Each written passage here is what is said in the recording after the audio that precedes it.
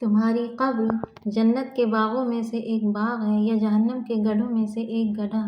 اے امت مسلمہ، کیسی غفلت کی زندگی گزارتے ہو! خود اپنے ہی ہاتھوں سے اپنے عزیز و اقارب کو مٹی کے نیچے دفن کر کے آتے ہو اور پھر اپنے لیے اس چیز کو حقیقت نہیں جانتے۔ یہ قبر کی باتیں، یہ آخرت کی باتیں صرف قصے اور کہانیاں معلوم دیتی ہیں۔ اگر تمہیں اس بات کا یقین ہوتا کہ مجھے بھی مرنا ہے اور قبر میں جانا ہے اور صرف میرے اعمال میرے ساتھ جائیں گے، تو کیا تم اپنی زندگی اس قدر غفلت میں گزار رہے ہوتے؟ صبح اٹھتے ہو تو دنیا کی فکریں، شام کو سوتے ہو تو دنیا کی فکریں۔ تمہاری زندگی میں اللہ اور رسول کہاں ہیں؟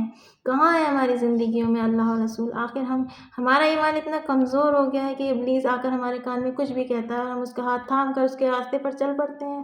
اتنا کمزور ایمان ہے ہمارا، آخر ہم اس کی باتوں کو نکارتے کیوں نہیں؟ اس کے راستے پر کیوں چلتے ہیں؟ اس کو منع کیوں نہیں کرتے؟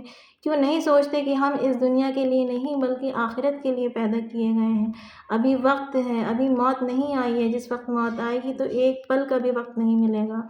اللہ تعالیٰ نے تمہیں یہ زندگی اسی لیے دی ہے تاکہ تم نیک اعمال کر کے، اس کی عبادت کر کے، اس سے محبت کر کے، اس کو راضی کر کے جہنم کی آگ سے آزادی پاؤ۔